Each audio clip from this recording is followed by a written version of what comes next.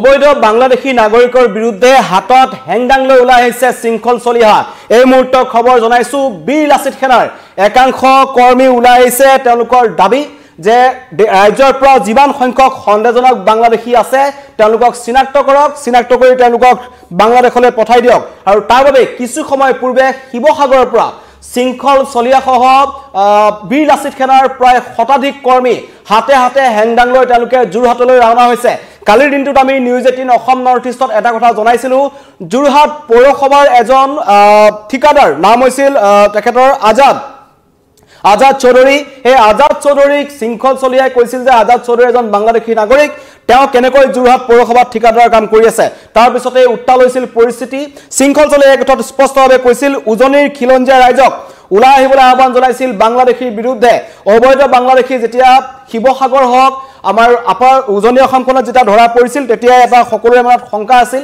প্ৰথমতে সন্দেহ কৰা হৈছিল যে নামনি অসমৰ যিসমূহ চৰ অঞ্চল আছে তাত কেৱল বাংলাদেশীসকলে আত্মগোপন কৰিছে বা লুকাই আছে, কিন্তু জোৰ পৰি যেতিয়া হাত পাইছে এতিয়া উজনি অসমৰ ঠায়ে ঠায়ে বাংলাদেশী বিৰোধী অভিযান যেতিয়া চৰকাৰে চলাইছে তেতিয়া অতি চিন্তাৰ বিষয়, উদ্বেগজনক বিষয় যে উজনি অসমৰ জিলাসমূহৰ পৰা বহু পৰিমাণে সন্দেহজনক বাংলাদেশী নাগৰিকক ধৰা হৈছে।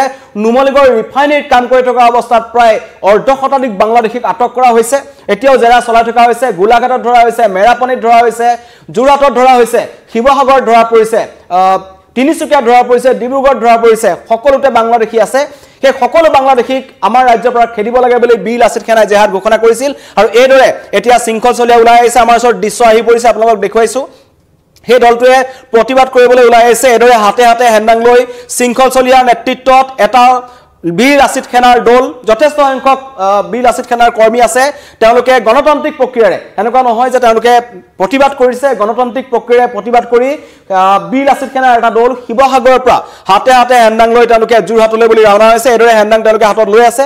আৰু তেওঁলোকৰ এটাই দাবী যে তেওঁলোকে এটাই কথা কৈছে যে যোৰহাটলৈ যোৱাৰ প্ৰাকক্ষণত শৃংখল চলিহাৰ প্ৰতিক্ৰিয়া বাংলাদেশীৰ বিৰুদ্ধে গণতন্ত্ৰৰ শেষ স্তৰলৈকে প্ৰতিবাদ কৰা হ'ব।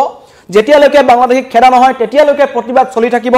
বীৰ লাচিত সেনাৰ দাবী কোনো কাৰণত খিলঞ্জীয়াৰ স্বাৰ্থত সংগ্ৰাম চলি থাকিব, কোনো কাৰণত খিলঞ্জীয়াৰ অস্তিত্ব সংকটত পৰিব নোৱাৰি বুলি শৃংখল চলিহাই মন্তব্য কৰিছে। কালিৰ দিনটোত কৈছোঁ যোৰহাট পৌৰসভাৰ এজন ঠিকাদাৰৰ বিৰুদ্ধে সৰব হৈছিল শৃংখল চলিহা। আজি যোৰহাট ষ্টেডিয়ামৰ সন্মুখত সকলো ৰাইজক সমবেত হ'বলৈ আহ্বান জনাইছিল শৃংখল চলিহাই। গণতান্ত্ৰিক প্ৰক্ৰিয়াৰে কোৱা হৈছিল যে প্ৰতিবাদ কৰা হ'ব আৰু সেই প্ৰতিবাদলৈ সমগ্ৰ উজনি অসমৰ খিলঞ্জীয়া ৰাইজক নিমন্ত্ৰণ জনাইছিল শৃংখল চলিহাই। আৰু তেওঁ লগতে কৈছিল যে যোৰহাট পৌৰসভাত ঠিকাদাৰ ৰূপে থকা আজাদ চৌধুৰীৰ বিৰুদ্ধে ৰাইজ ওলাই আহক, দল জাতি নিৰ্বিশেষে সকলো ওলাই আহক। যোৰহাট পৌৰসভাৰ কাৰ্যালয়ক ঘেৰাও কৰাৰ হুংকাৰ দিছিল বীৰ লাচিত সেনাই। তেনেকুৱাই হ'ব যেন এতিয়া অনুমান হয়, কাৰণ এতিয়া শিৱসাগৰৰ পৰা এটা দল ওলাই গৈছে। লগতে অসমৰ বিভিন্ন যিসমূহ জিলা কমিটি আছে বীৰ লাচিত সেনাৰ, তেওঁলোকৰ কৰ্মীসমূহ ইতিমধ্যে যোৰহাটলৈ ৰাওনা হৈছে। এই ধৰণৰ দৃশ্য দেখিবলৈ পাইছোঁ। আমাৰ ওচৰত আহি পৰিছে কিছু সময় পূৰ্বে শিৱসাগৰৰ ৰাজপথৰ দৃশ্য। বীৰ লাচিত সেনাৰ নেতৃত্ব, শৃংখল চলিহাৰ নেতৃত্বত এটা দল, তেওঁলোকৰ সকলোৰে হাতে হাতে হেংদাং আছে। তেওঁলোকে হেংদাং লৈ প্ৰতিবাদ সাব্যস্ত কৰিছে। তেওঁলোকৰ এটাই দাবী, যিমান অবৈধ বাংলাদেশী নাগৰিক আছে তেওঁলোকক অতি শীঘ্ৰে চিনাক্ত কৰক। আৰু বহু ডাঙৰ ডাঙৰ ঠাইত যিদৰে যোৰহাট পৌৰসভা ঠিক তেনেদৰে বিভিন্ন ধৰণৰ চৰকাৰী কাৰ্যালয় বা বহুত স্থানত বহু বাংলাদেশী কাম কৰি আছে। আমি প্ৰমাণো দিছিলোঁ। কিছুদিন পূৰ্বে আমি এখন বিদ্যালয়ত কাম কৰি থকা 40 বছৰ ধৰি কাম কৰি থকা এজন বাংলাদেশী শিক্ষকক চৰকাৰে আৰক্ষী আটক কৰিছিল। তেতিয়া পোহৰলৈ আহিছিল তেওঁলোকে কেনেকৈ 1960 যেতিয়া হিতেশ্বৰ শইকীয়া চৰকাৰ আছিল তেতিয়া তেওঁলোকে চাকৰি লাভ কৰিছিল। এনেকুৱা ধৰণৰ মন্তব্য আহিছে। কিন্তু এইবাৰ হাতে হাতে হেংদাং লৈ বাংলাদেশীৰ বিৰুদ্ধে গৰজি উঠিছে বীৰ লাচিত সেনা। মন্তব্য আহিছে আমালৈ শৃংখল চলিহাৰ। আপোনালোকক শুনাই ল'ব বিচাৰিছোঁ শৃংখল চলিহাই কিদৰে শিৱসাগৰৰ পৰা হুংকাৰ দিছে, বিশেষকৈ উজনি অসমৰ কথা কৈছে। ইয়াৰ আগতো এটা কথা স্পষ্ট যে নামনি অসমৰ বিভিন্ন ঠাইত বাংলাদেশী যে আছে সেইটো নামনি অসমৰ লোকেও স্বীকাৰ কৰে। বহু সংখ্যক সন্দেহজনক নাগৰিকৰ বাবে নামনি অসমৰ জীৱনৰ বহু লোকৰ, খিলঞ্জীয়া লোকৰ জীৱন বিপদাপন্ন হৈছে। ঠিক একেদৰে উজনি অসমৰ লোকসকলে এতিয়া কিন্তু বিশেষকৈ বীৰ লাচিত সেনাই কৈছে যে উজনি অসমৰ ৰাইজ ওলাই আহক, নামনি অসমত যিটো হ'ল উজনি অসমত হ'ব নালাগে, এনেকুৱা ধৰণৰ মন্তব্য কৰিছে। আমি আপোনালোকক মন্তব্য শুনাব বিচাৰিছোঁ শৃংখল চলিহাৰ। অনা অসমীয়া শ্ৰেণীৰ দপদপনিৰ বিৰুদ্ধে এখন ঐক্যবদ্ধ সংগ্ৰাম বীৰ লাচিত সেনা অসমৰ খিলঞ্জীয়া জনগণৰ নেতৃত্বত কৰি আছে আৰু অনাগত দিনতো এই সংগ্ৰামখন চলি যাব। আৰু ইয়াৰ বিৰুদ্ধে ব্যাপক আন্দোলন আজি গঢ়ি তোলা হ'ব যোৰহাটত। আৰু গণতন্ত্ৰ শেষ স্তৰলৈকে আজি আন্দোলন হ'ব। শুনাই কৈছে যে যিগৰাকী আজাদ চৌধুৰী তেখেতে কিছুদিন পূৰ্বে যোৰহাটৰ পৌৰসভাত এক নিবিদা প্ৰক্ৰিয়াত অংশগ্ৰহণ কৰিছিলে, য'ত আন বহুতেই অংশগ্ৰহণ কৰিছিলে। সেই নিবিদা প্ৰক্ৰিয়াৰ পিছত আজাদ চৌধুৰীৰ বিৰুদ্ধে একাংশ ৰাজনৈতিক নেতাই আচলতে সৰব হৈ পৰিছিলে, তাৰ বাতৰি সম্প্ৰচাৰ হৈছিলে। আচলতে সেই বাতৰিৰ পিছত এনেধৰণৰ কিবা ঘটনা সেইবিলাক আমি দেখা নাই, এইবোৰ নাজানো ক'ত নিবিদা কৰিছিলে, কি বাতৰি হৈছিলে গম নাপাওঁ, আমাৰ জ্ঞাত নহয়। কিন্তু কথাটো হৈছে এই সংগ্ৰামখন বাংলাদেশীৰ বিৰুদ্ধে।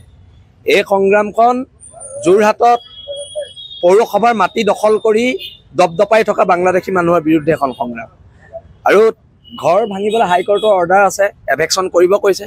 কিয় ইমান দিন 2023 চনতে ৰায় দিছে, আৰু সেইকাৰণে এভেকশ্যন কৰিব লাগিব। আৰু আটাইতকৈ ডাঙৰ কথাটো তাক এৰেষ্ট কৰিব লাগিব, এই যিগৰাকী আজাদ ডিটেনশ্যন কেম্পত ভৰাই থ'ব লাগিব। যিগৰাকী আজাদ চৌধুৰী তেওঁ দেখুৱাইছে পাছপোৰ্ট দেখুৱাইছে, পাছপোৰ্ট উলিয়াবলৈ আচৰিত কথা নহয় এইটো।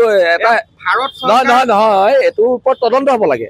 বাংলাদেশীয়ে পাছপোৰ্ট পাইছে, তাৰ ওপৰত তদন্ত হ'ব লাগে। মইতো আধাৰ কাৰ্ড ভোটাৰ কাৰ্ড দুটা কথা ধুবুৰীত বনাব পাৰে, সেইবোৰৰ লগত মই কথা পোৱা নাই। কিন্তু পাছপোৰ্টখনৰ ওপৰত যেতিয়া পাইছে সেইটোৰ ওপৰত তদন্ত, এখন উচ্চস্তৰীয় তদন্ত কমিটি দিব লাগে। চৰকাৰ যোৰহাটৰ জিলা আৰক্ষী অধীক্ষক যোৰহাটৰ প্ৰশাসন ব্যৰ্থ হৈছে নেকি যে তেওঁ ব্যৰ্থ হৈছে। কিন্তু আমি ৰাজপথত আজি, নহ'লে এতিয়া ঘৰত শুই থাকিলোহেঁতেন।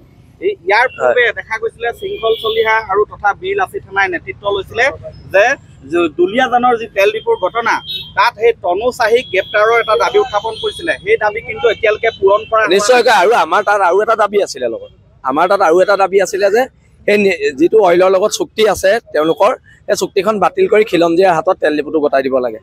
আৰু সেই সম্পৰ্কে ইতিমধ্যে আলোচনা হ'ব আমাৰ লগত।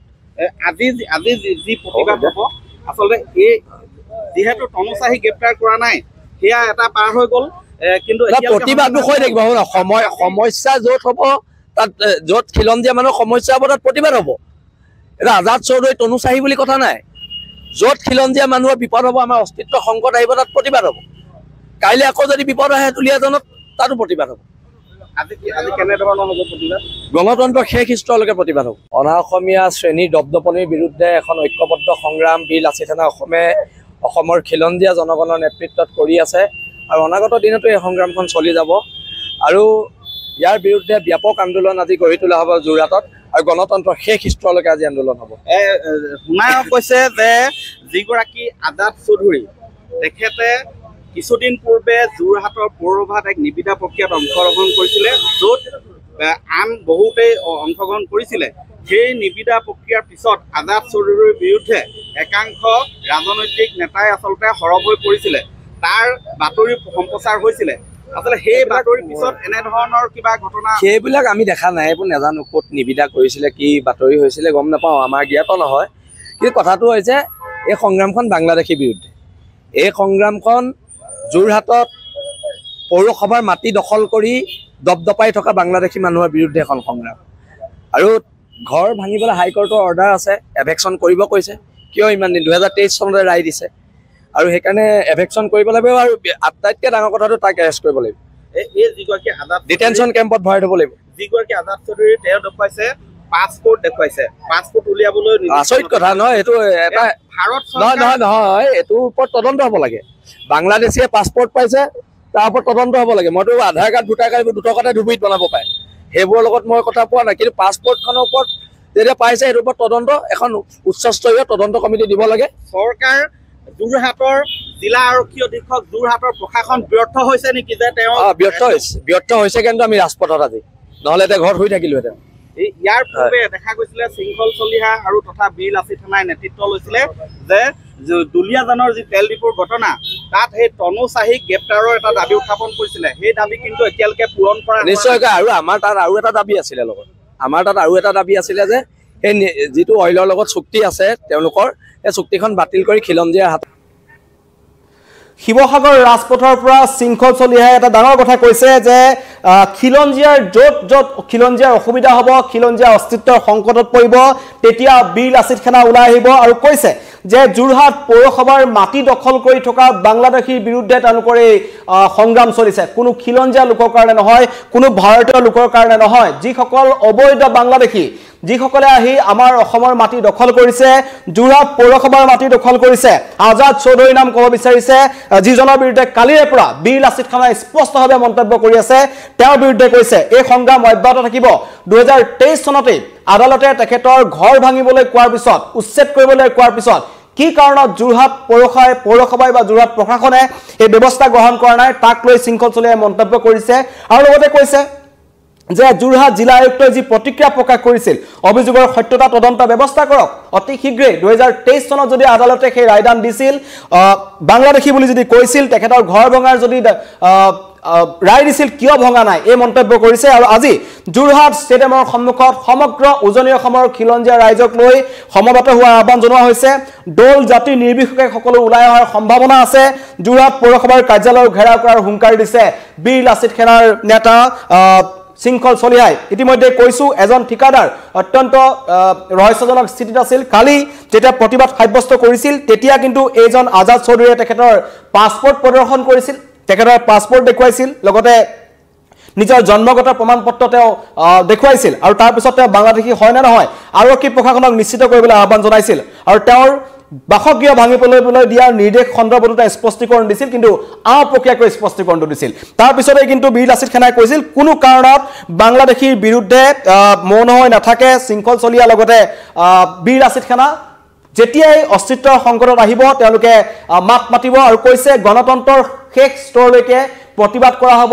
সেই প্ৰতিবাদ কৰা হ'ব এনে ধৰণৰ বিশৃংখল দেখুৱাইছো হাতত হেংদাং লৈ বীৰ লাচিত খানাৰ যিসকল কৰ্মী আছে তেওঁলোক ওলাই আহিছে আৰু তেওঁলোকৰ নেতৃত্বত প্ৰতিবাদ হ'ব সম্পূৰ্ণ গণতান্ত্ৰিক প্ৰতিবাদ হ'ব তেওঁলোকে যোৰহাট ষ্টেডিয়ামৰ সন্মুখত প্ৰতিবাদ কৰিম বুলি কৈছে ৰাইজক সমবেত হ'বলৈ কৈছে আৰু সমগ্ৰ উজনিৰ খিলঞ্জীয়া ৰাইজৰ বাবে ওলাই অহাৰ আহ্বান জনাইছে অতি পৰিতাপৰ কথা যে উজনি অসমতো ঠায়ে ঠায়ে এতিয়া বাংলাদেশী ধৰা পৰিছে আৰু বাংলাদেশী সমস্যাটো কিমান ডাঙৰ সমস্যা হেতু আমি আগতে আমি সাধাৰণ ৰাইজে কৈ আছিলো এতিয়া নিজেই কেন্দ্ৰীয় চৰকাৰে কৈছে কেইদিনমান পূৰ্বে কেন্দ্ৰীয় চৰকাৰে 30 তাৰিখলৈকে সময়সীমা বান্ধি দিছিল 30 তাৰিখৰ ভিতৰত সমগ্ৰ দেশৰ বাংলাদেশীক খেদিবলৈ কোৱা হৈছিল অসম বাংলাদেশৰ চৰণীয়া পথাৰ সকলোৱে জানে 1971 চনৰ পৰা নিৰবিচ্ছিন্নভাৱে ইয়ালৈ বাংলাদেশী আহি আছে আজি তাৰিখতো আহিছে কালিও আহিছিল ধৰা পৰি থাকে কিন্তু প্ৰত্যেকখন চৰকাৰে কেৱল ৰাজনীতি কৰিলে এই ক্ষেত্ৰটোক লৈ যাৰ পৰিপ্ৰেক্ষিতত এতিয়া খিলঞ্জীয়া অস্তিত্বৰ সংকটত পৰিছে খিলঞ্জীয়াৰ ওপৰত আমি দেখিছো অত্যন্ত পৰিতাপৰ কথা মধ্য অসমত মৰিগাঁও নগাঁও সোণাপুৰ এইসমূহ এলেকাত একাংশ সন্দেহজনক নাগৰিকে আমাৰ যি খিলঞ্জীয়া নাগৰিক আছে তেওঁলোকৰ ওপৰত আক্ৰমণ কৰিছে তেওঁলোকৰ মাটি দখল কৰিছে তেওঁলোকক ভাবুকি প্ৰদান কৰিছে বিশেষকৈ আমাৰ যদি মঙ্গলদৈ চিপাজা অঞ্চললৈ চাবলৈ যাওঁ তাত কেনেকুৱা বাংলাদেশী নাগৰিক আছে নতুনকৈ কোৱাৰ প্ৰয়োজন নাই কাৰণ গৰুখুটি প্ৰকল্প অন্যতম এটা উদাহৰণ নামনি অসমৰ কথা যদি ক'বলৈ যাওঁ ধুবুৰী বিলাসীপাৰাত সন্দেহজনক নাগৰিকৰে ভৰি আছে তাৰ পৰা সন্দেহজনক নাগৰিকটো দূৰে কথা তাৰ পৰা কিছুদিন পূৰ্বে জেহাদী ধৰিবলৈ সক্ষম হৈছে আৰক্ষীয়ে এনেকুৱা ধৰণৰ ভয়ংকৰ উদ্বেগজনক তথ্য যেতিয়া আহিছে এতিয়া সমগ্ৰ অসমৰ খিলঞ্জীয়া ৰাইজ বাংলাদেশীৰ বিৰুদ্ধে একেলগে থিয় হ'ব লাগে বুলি বীৰ লাচিত খানাৰ ফালৰ পৰা আহ্বান জনোৱা হৈছে আৰু বিশেষকৈ এই যোৰহাটৰ এজন বাংলাদেশী বুলি তেখেতক কোৱা হৈছে যোৰহাট পৌৰসভাৰ ঠিকাদাৰ তেওঁৰ নাম হৈছে আজাদ চৌধুৰীৰ বিৰুদ্ধে খৰব হৈছে এবাৰ শৃংখল চলিহা তেওঁ কৈছে যিকোনো মুহূৰ্তত আদালতে যি ৰায় দিছিল তেওঁ ঘৰ ভাঙি পেলাব লাগিব আৰু ডিটেনশন কেম্পলৈ পঠাব লাগিব এজন আজাদ চৌধুৰীক তেওঁ যোৰহাট পৌৰসভাৰ মাটি দখল কৰি বহি আছে যোৰহাট পৌৰসভাত ময়মতালি দেখুৱাইছে এটা বাংলাদেশীয়ে এনেকুৱা ধৰণৰ মন্তব্য শৃংখল চলিহাৰ ফালৰ পৰা আহিছে আৰু কালি যি তেওঁলোকে হুংকাৰ দিছিল বীৰ লাচিত খানাৰ ফালৰ পৰা আজি সেই হুংকাৰ তেওঁলোকে সঁচা প্ৰতিপন্ন কৰি তেওঁলোকে কিন্তু এটা ওলাই আহিছে আৰু আহি শিৱসাগৰৰ পৰা এই যাত্ৰা আৰম্ভ কৰিছে যোৰহাটলৈ হাতত তেওঁলোকৰ হেংদাং আছে আৰু তেওঁলোকে কৈছে যে এই প্ৰতিবাদ অব্যাহত থাকিব খিলঞ্জীয়া যেতিয়াই অস্তিত্বৰ সংকটত পৰিব তেতিয়াই তেওঁলোকে হাতত হেংদাং তুলি ল'ব বুলি কৈছে আৰু চৰকাৰ প্ৰশাসনৰ স্থিতি সমালোচনা কৰিছে পাছপোৰ্ট কেনেকৈ পালে হেতু চৰকাৰে কৰক এই ধৰণৰ মন্তব্য শৃংখল চলিহাই কৈছে চৰকাৰে স্থিতি স্পষ্ট কৰক জন্মৰ প্ৰমাণপত্ৰ বাংলাদেশীয়ে অসমত আহি কেনেকৈ জন্ম প্ৰমাণপত্ৰ বনায় কেনেকৈ আধাৰ কাৰ্ড বনায়, কেনেকৈ পান কাৰ্ড বনায়, কেনেকৈ ৰেচন কাৰ্ড বনায়, সেই তথ্য ইতিমধ্যে উন্মোচিত হৈছে।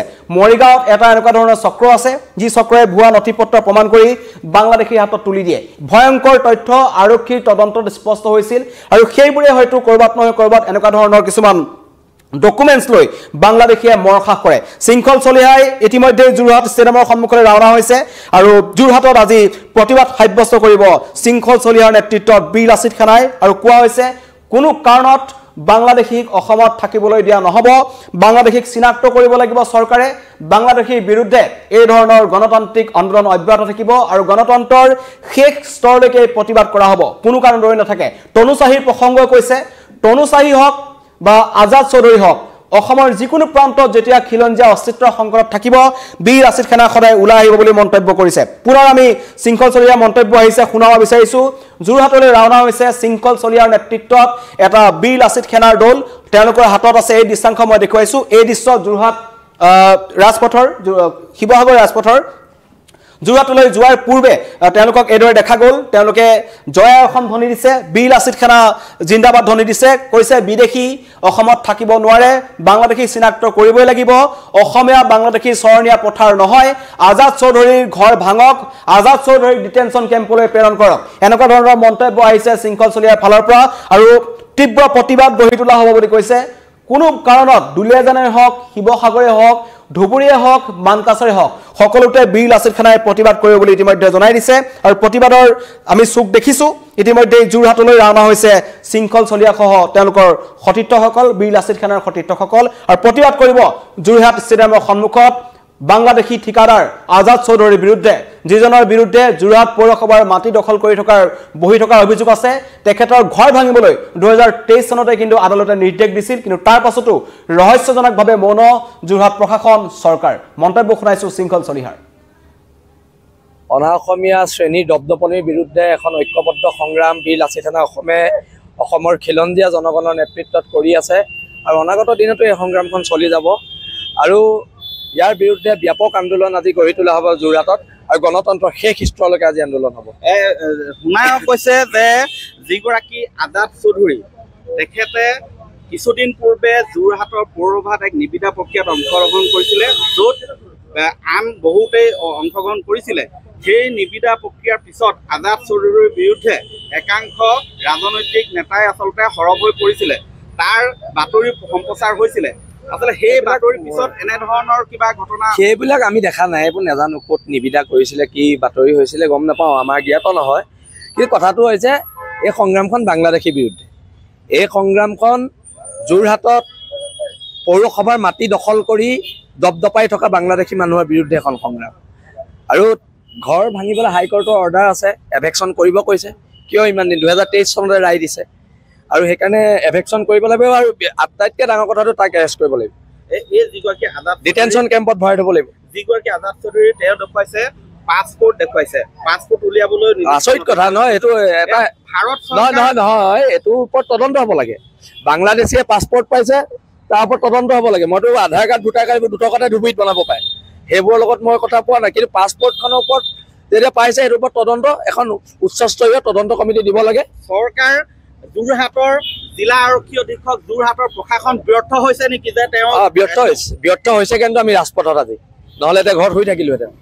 ইয়াৰ পূৰ্বে দেখা গৈছিলে শৃংখল চলিহা আৰু তথা বীৰ লাচিত সেনাই নেতৃত্ব লৈছিলে যে দুলীয়াজানৰ যি তেল ডিপুৰ ঘটনা, তাত সেই তনুচাহীক গ্ৰেপ্তাৰৰ এটা দাবী উত্থাপন কৰিছিলে। সেই দাবী কিন্তু এতিয়ালৈকে পূৰণ কৰা নিশ্চয়কৈ। আৰু আমাৰ তাত আৰু এটা দাবী আছিলে লগত, যে সেই যিটো অইলৰ লগত চুক্তি আছে তেওঁলোকৰ, সেই চুক্তিখন বাতিল কৰি খিলঞ্জীয়াৰ হাতত তেল ডিপুটো গতাই দিব লাগে আৰু সেই সম্পৰ্কে ইতিমধ্যে আলোচনা হ'ব আমাৰ লগত। আজি যি প্ৰতিবাদ হ'ব, আচলতে এই যিহেতু তনুচাহী গ্ৰেপ্তাৰ কৰা নাই, সেয়া এটা পাৰ হৈ গ'ল, কিন্তু প্ৰতিবাদটো হৈ থাকিব। সমস্যা য'ত হ'ব, তাত য'ত খিলঞ্জীয়া মানুহৰ সমস্যা হ'ব তাত প্ৰতিবাদ হ'ব। এটা আজাদ চৌধুৰী, তনুচাহী বুলি কথা নাই, য'ত খিলঞ্জীয়া মানুহৰ বিপদ হ'ব, আমাৰ অস্তিত্ব সংকট আহিব, তাত প্ৰতিবাদ হ'ব। কাইলৈ আকৌ যদি বিপদ আহে দুলীয়াজনত, তাতো প্ৰতিবাদ হ'ব। আজি কেনেধৰণৰ হ'ব প্ৰতিবাদ? গণতন্ত্ৰৰ শেষ স্তৰত